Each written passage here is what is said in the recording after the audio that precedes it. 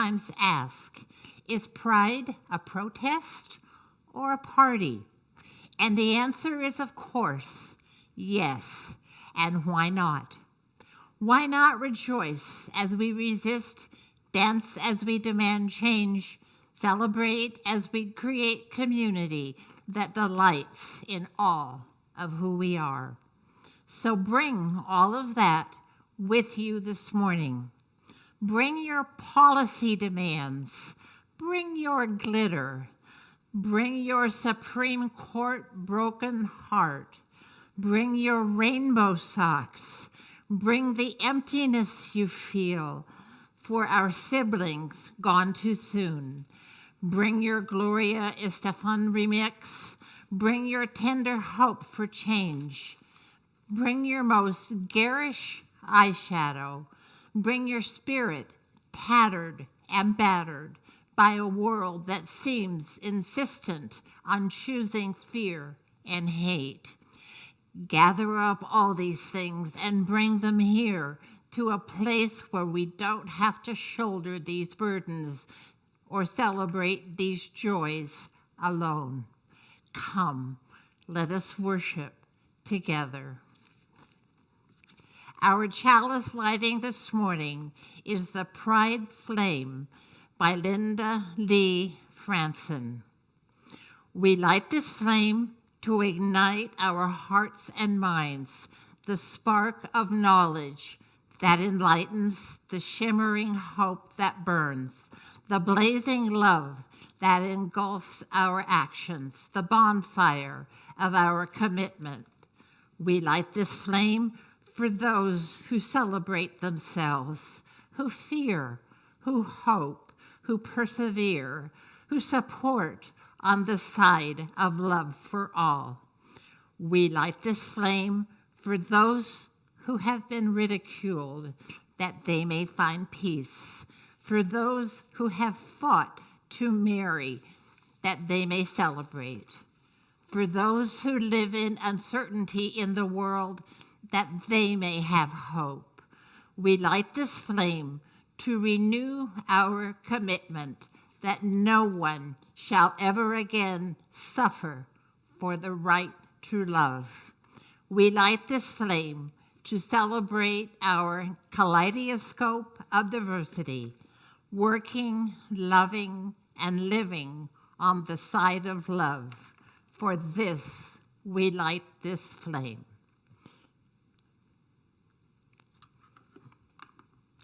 Please join in the spoken affirmation.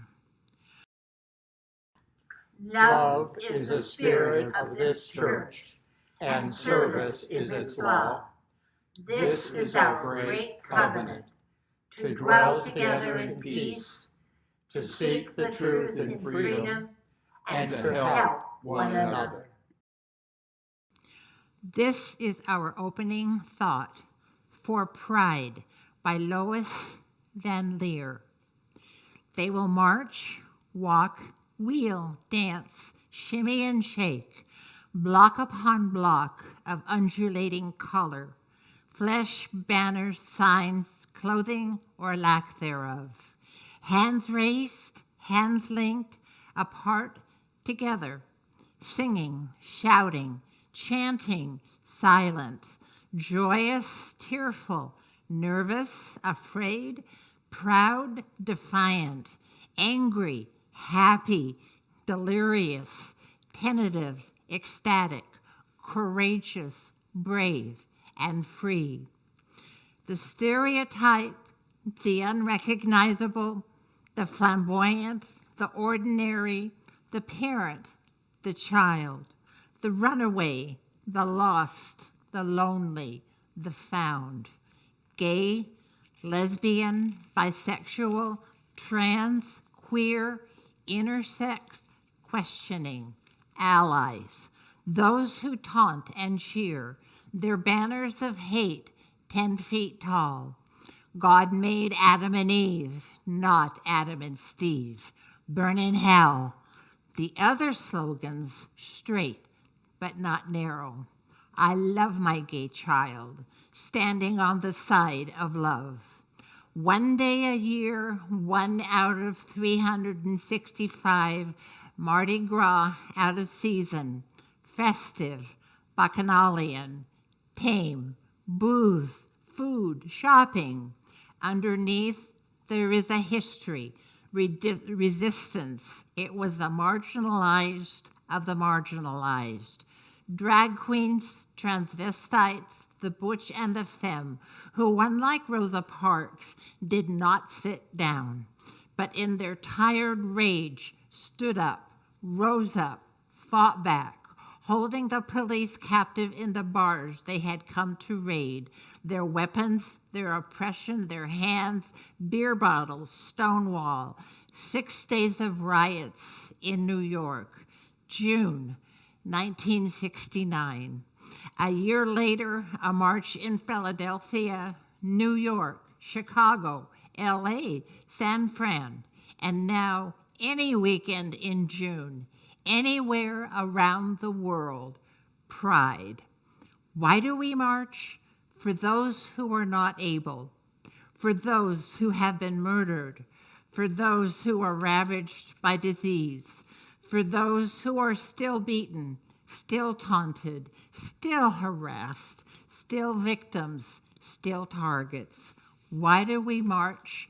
Because some truth ain't self-evident. Because all men ain't protected equal. And we love a good party. They will march, walk, wheel, dance, shimmy, and shake, block upon block of undulating color, flesh, banners, signs, clothing, or lack thereof. Hands raised, hands linked, apart, together, singing, shouting, chanting, silent, joyous, tearful, nervous, afraid, proud, defiant, angry, happy, delirious, tentative, ecstatic, curious, brave, free.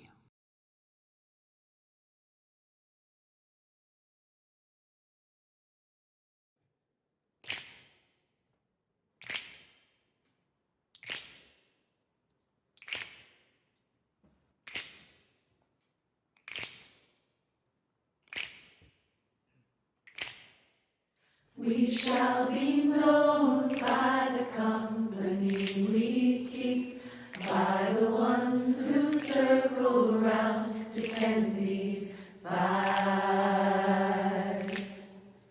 We shall be known by the ones who sow and reap the seeds of change alive from deep within the earth. It is time now. It is time now that we cry. It is time we lead ourselves into the way.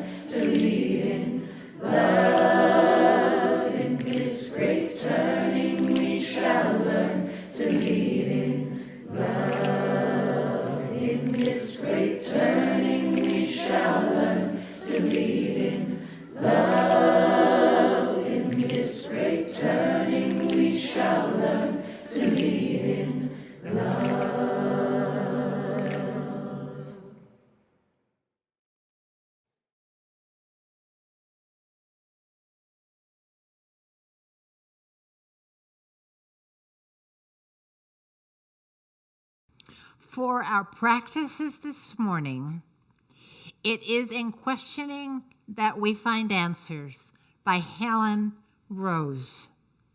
Helen Rose calls her prayer a pagan retelling of the prayer of St. Francis. Goddess, make me an instrument of peace. Where there is hatred, let me know love. Where there is injury, healing. Where there is doubt, reassurance. Where there is challenge, compassion. Where there is pain, rest. O Divine Mother, grant that I may not so much seek to control as to co-create, to be understood as to understand myself, to be admired as to be seen, for it is in giving that we receive. It is in questioning that we find answers, and it is in honoring ourselves that we live to our highest good. Blessed be. Please join me in silent meditation for a time.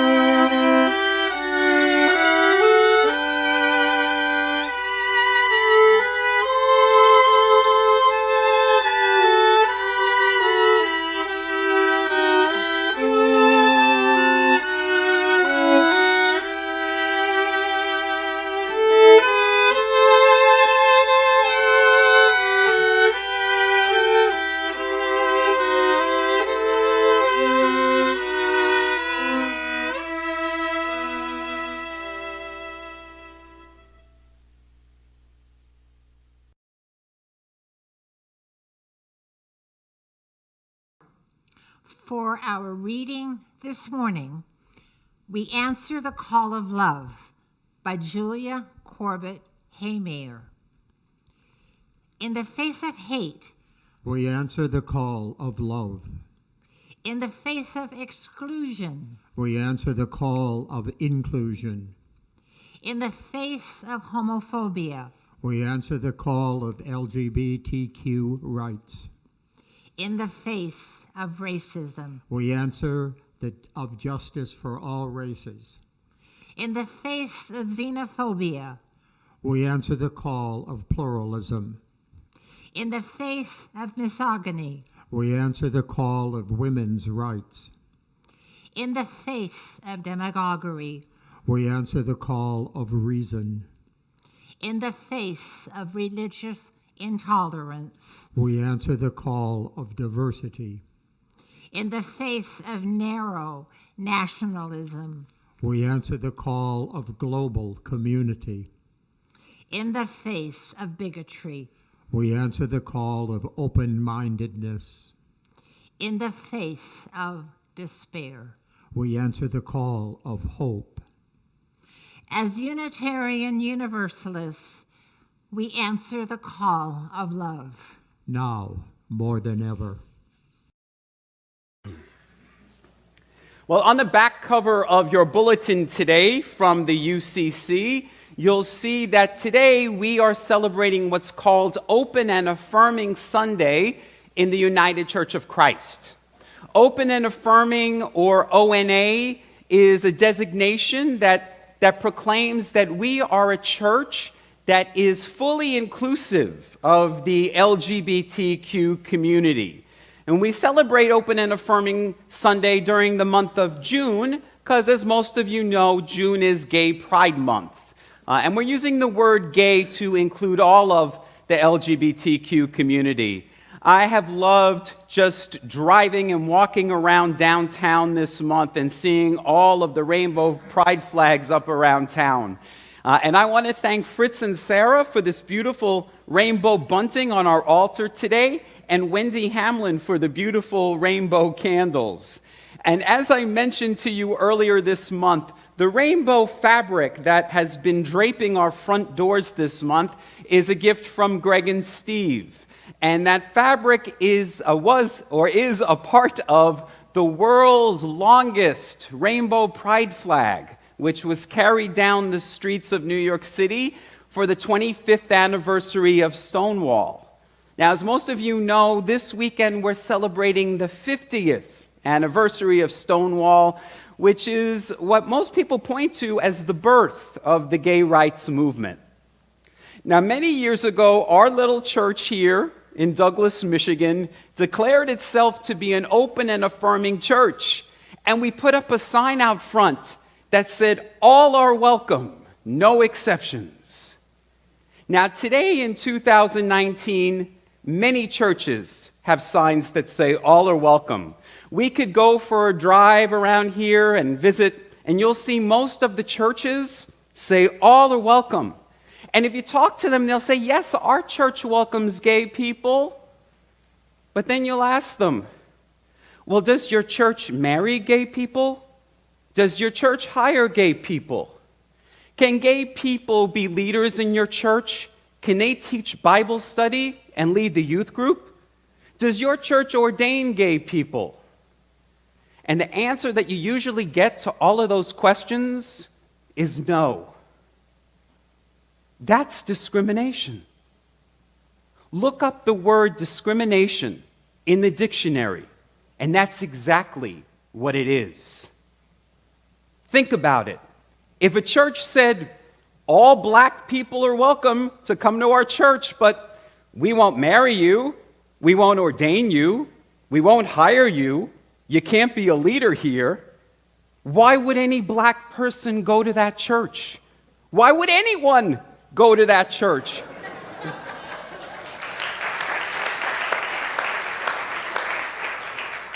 And yet there are gay people who continue to go, to attend, to support churches that treat them like second-class citizens.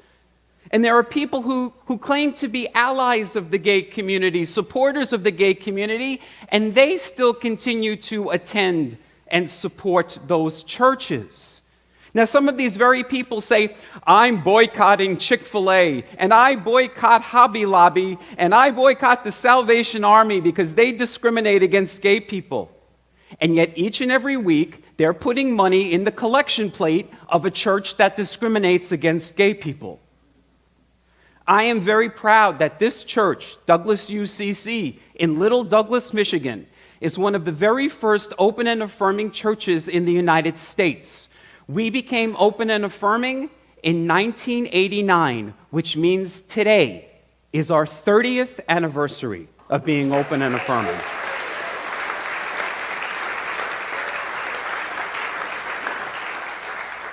And that is so important because for most gay people in America, the Christian church has been the enemy.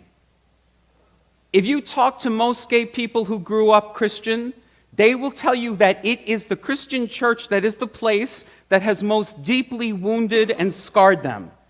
It was a church that they heard that they were bad, broken, disordered, and sinful. And it is because of the Christian church that Christians have actually severed ties with their very own gay family members. And because of that rejection, countless gay people have taken their own lives. It is because of the Christian church in America that laws have been passed in this country to deny gay people of their rights.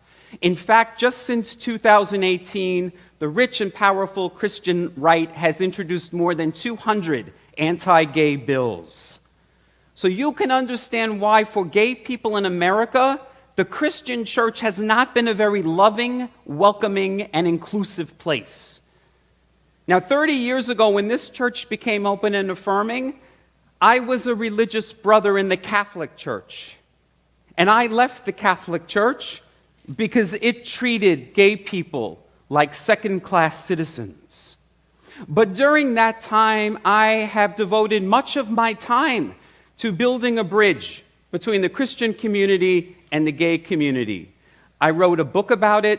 I've been on TV and radio shows talking about it, and I've been invited to speak at countless churches around the country about it. But I no longer accept those invitations. I've used the excuse that I've been so busy here with my pastoral duties that I can no longer talk to their church. But the truth of the matter is I'm not having these discussions anymore. I'm done. Okay.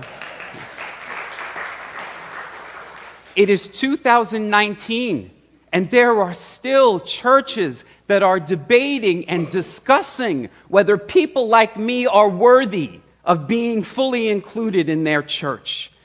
Do you understand how offensive that is? Do you know how insulting it is to be invited to speak in front of a group of people and to have to defend and explain why you are worthy of being accepted? It is insulting, and I'm not doing it anymore. My worth, my humanity is not up for your debates. Nobody's should be.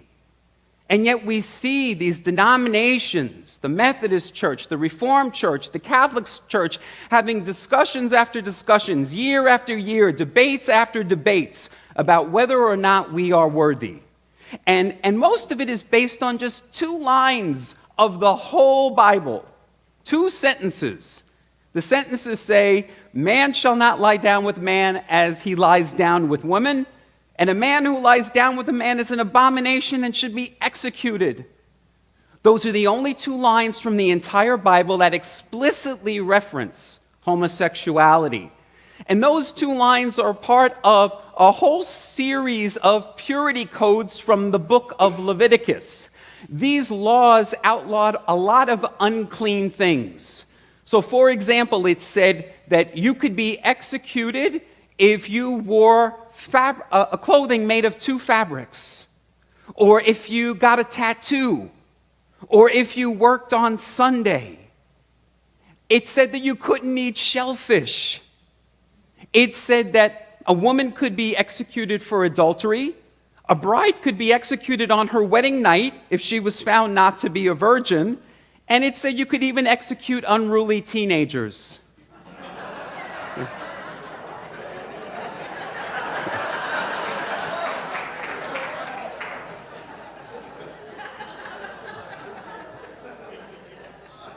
This book was written in 1400 BC. It was written by primitive people who believed in stoning and slavery and sacrificing animals.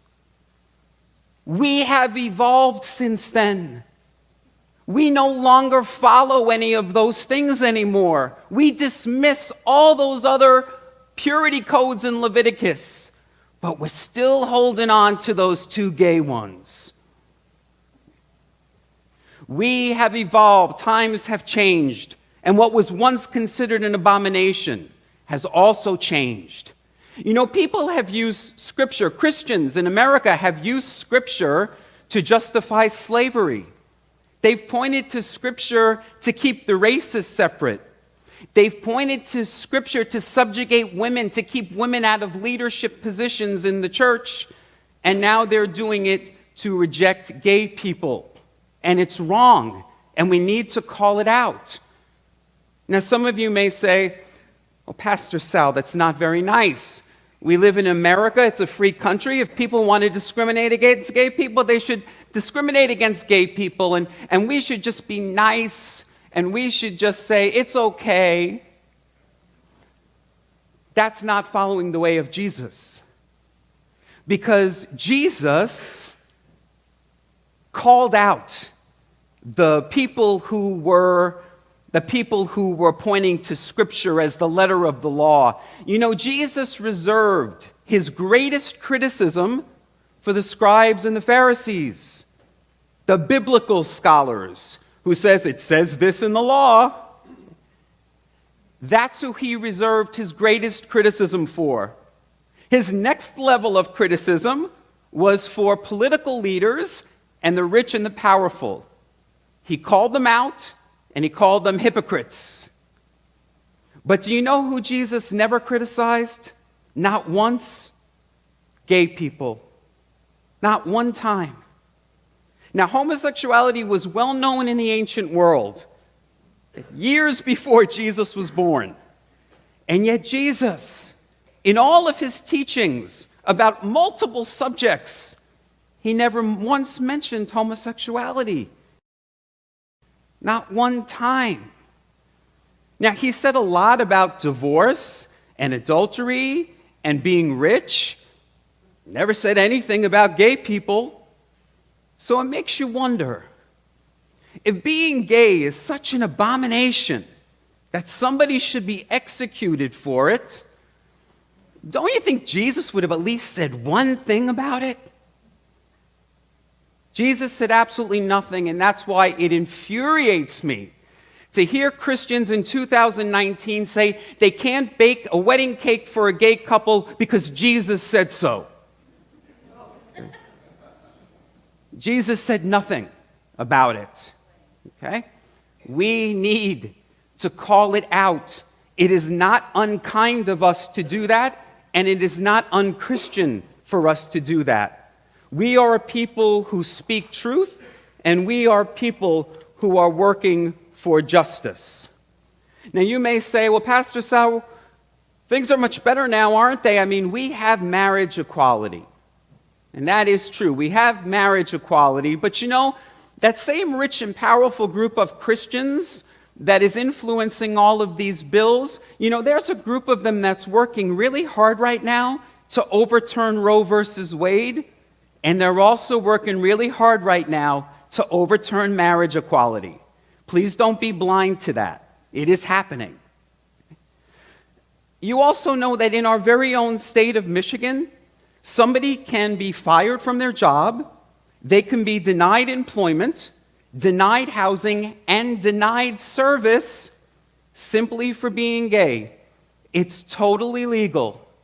My husband and I can go into a restaurant and they can say, we refuse to serve you guys because you're gay. And it is totally legal.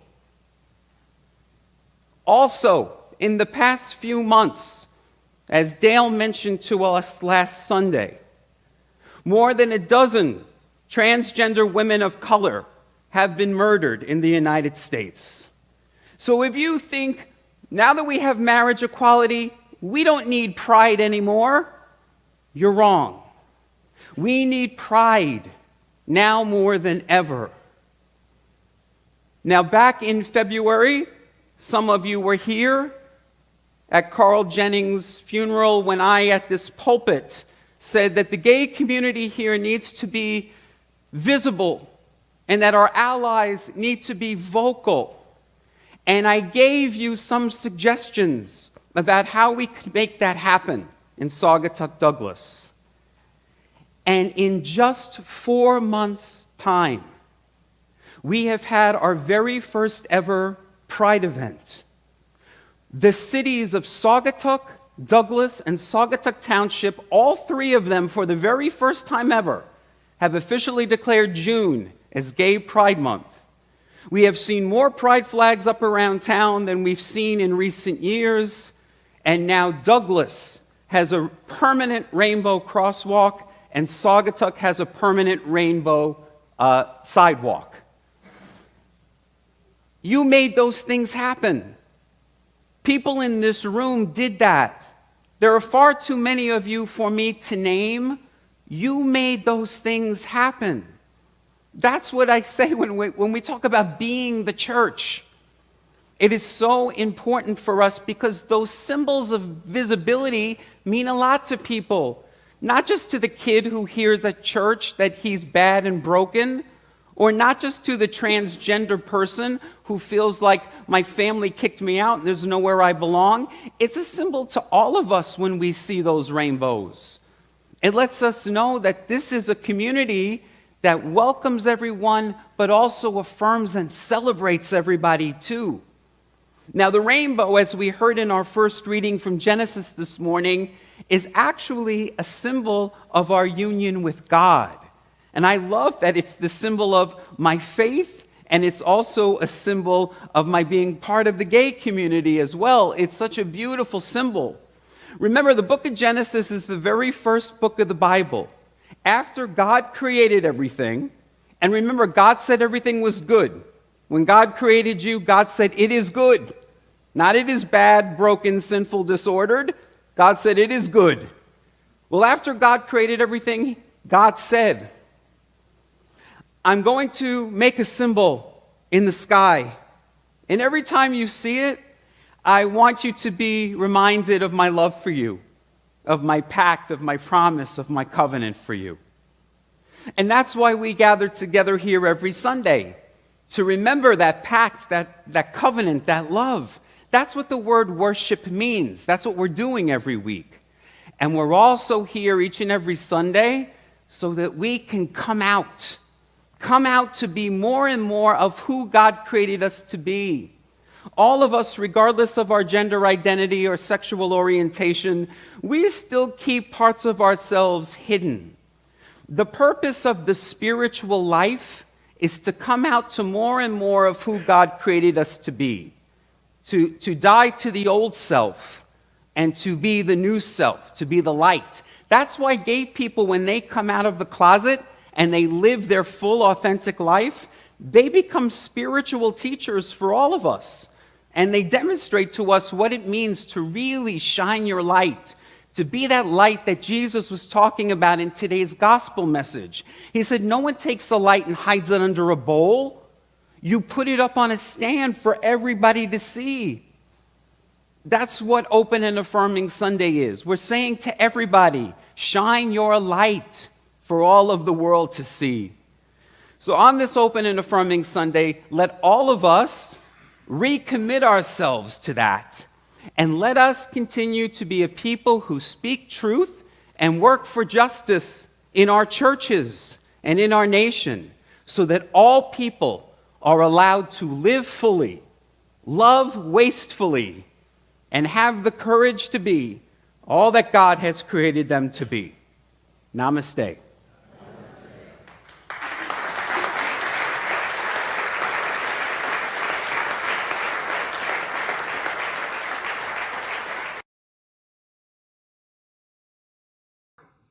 And now we will extinguish the chalice. We extinguish this flame, but not the light of truth, the warmth of community, or the fire of commitment. These we carry in our hearts until we are together again.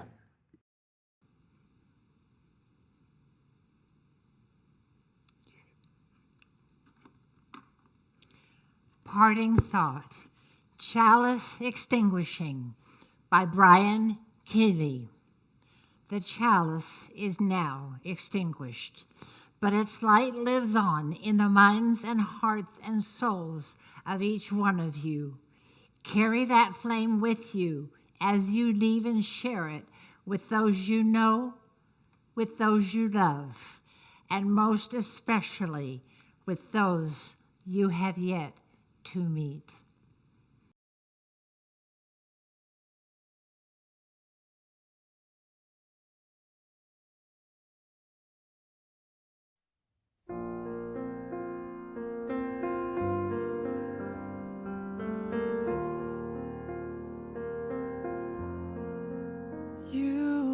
the sad eyes. Don't be discouraged, oh, I realize it's hard to take courage in worlds full of people. You can lose sight of it all, and the darkness inside you makes you feel so small. You can be amazing, you can turn a phrase into a weapon or a drug. You could be the outcast or be the backlash of somebody's lack of love.